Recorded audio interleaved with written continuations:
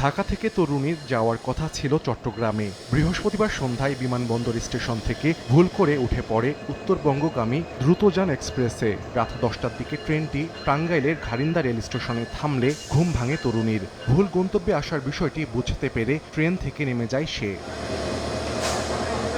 ঢাকাগামী ট্রেনের জন্য প্ল্যাটফর্মে অপেক্ষা করছিল মেয়েটি। সেই সময় 3 যুবক কৌশলে তাকে পাশের একটি বাগানে নিয়ে সংঘবদ্ধ ধর্ষণ করে। এক পর্যায়ে সেখান থেকে পালিয়ে এসে বিষয়টি জিআরপি থানায় জানায় ভুক্তভোগী।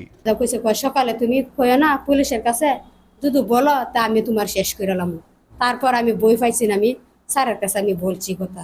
শুক্রবার সকালে অভিযান চালিয়ে অভিযুক্ত 3 বখাটেকে গ্রেফতার করে পুলিশ। ভুক্তভোগীকে পুলিশের হেফাজতে নিয়ে ডাক্তারি পরীক্ষা করা হয়েছে। জিআরপি পুলিশ এবং আমাদের থানার সহযোগী দুলাল মিয়া, সজীব এবং রূপু মিয়াকে গ্রেপ্তার করা হয়েছে। তো এখন আইনগত ব্যবস্থার প্রক্রিয়াধীন। এদিকে শুক্রবার রাতে সাভারের আশুলিয়ার ইয়ারপুরে শাহিন সাউন্ড সিস্টেম নামে একটি দোকানের কর্মচারী অভি কৌশলে 8ম শ্রেণীর শিক্ষার্থীকে ডেকে নিয়ে যায়। পরে অভি ও তার বন্ধু সমীর মেয়েটিকে ধর্ষণ করে। তাদের সহযোগিতা করে আরেক বন্ধু শুভ। বিষয়টি জানালে তাৎক্ষণিকভাবে অভিযান চালিয়ে অভিযুক্ত 3 যুবককে আটক করে পুলিশ। পরে ভুক্তভোগীর করা মামলায় তাদের গ্রেফতার দেখানো হয়।